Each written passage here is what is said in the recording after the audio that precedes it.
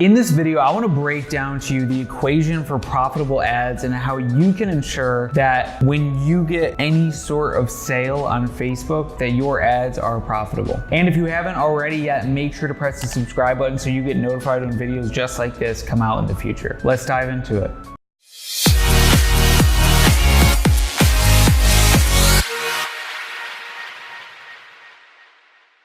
So one of the things that a lot of people really don't focus on when it comes to Facebook advertising, and trust me, we see this a lot where the numbers get all jumbled up and people go, we have data, but I don't really know what it means, is the fact that they don't even know if their ads are ultimately profitable. And so profitable doesn't mean that just your return on ad spend is showing above 1, because that's initial sale, and there's so many other variables that come into play whenever you are advertising. Granted, we like to make sure that you are seeing profitable return on ad spend right off the bat, but that is not always a major indicator in whether you are or are not profitable. So let's dive into this equation so we can really figure out how to make you profitable and how you should start thinking about advertising on Facebook. First off, remember and write this down somewhere. It's not about the least you can pay for cost per acquisition. It's always about the most that you can pay to acquire a customer, because that is going to be the most important thing. That's what this equation is going to help you with. So the first thing that we're seeing right here is return divided by cost equals return on ad spend. And so very simply, that is return on ad spend. How much did you make? Cool. Divide that by cost. Awesome. That is the return that you have on ad spend. A lot of people don't know what that is. If you didn't know what that is, now you do. That's return on ad spend. Return divided by cost. Super simple. Now next we have AOV, average order value, minus COGS, cost of goods sold, equals highest profitable CPA. This is a reframing, because to take the AOV, let's say it's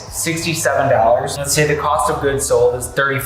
That includes shipping. That includes everything, because that's what we need to have to know, to understand with certainty what our highest profitable CPA can be. So if that is $67 and that is $35, then the highest profitable CPA, this is right off the bat, this is directly contributing to the return on ad spend that you're going to see with an immediate feedback, is going to be $32. That's it. That's all you have to work with to acquire a customer. Now, once you know this, you can start to influence things. You can see, can I bring cost of goods sold down? Can I bring average order value up? How can I manipulate that in order to have a higher profitable CPA? That is kind of the goal. It's not, oh, okay, if this is the highest profitable CPA, what's the lowest profitable CPA we can get? Because, theoretically, not only is that infinitely, you could have 1 cent CPAs, but that's not even what we're trying to achieve. What we're trying to achieve is highest profitable CPA allows us to scale, whereas lowest profitable CPA does not. We're constricted, 1, by the least amount of money that we can spend, and 2, by the algorithms, because they don't favor the people who don't go out there for their highest profitable CPA. So once we know that, we're starting to get power and certainty into how we can scale and really have profitable Facebook ads, which leaves us to the end, which is lifetime value minus highest profitable CPA equals your net profit. Now, a lot of people like to take the highest profitable CPA and make that the lifetime value. And I don't like to do that, simply because typically with the e-commerce, CPG, and influencers that we work with, often we are trying to achieve a higher ROAS, which means that the immediate feedback loop has to be higher, meaning that the highest profitable CPA has to be the main indicator in whether or not a campaign is successful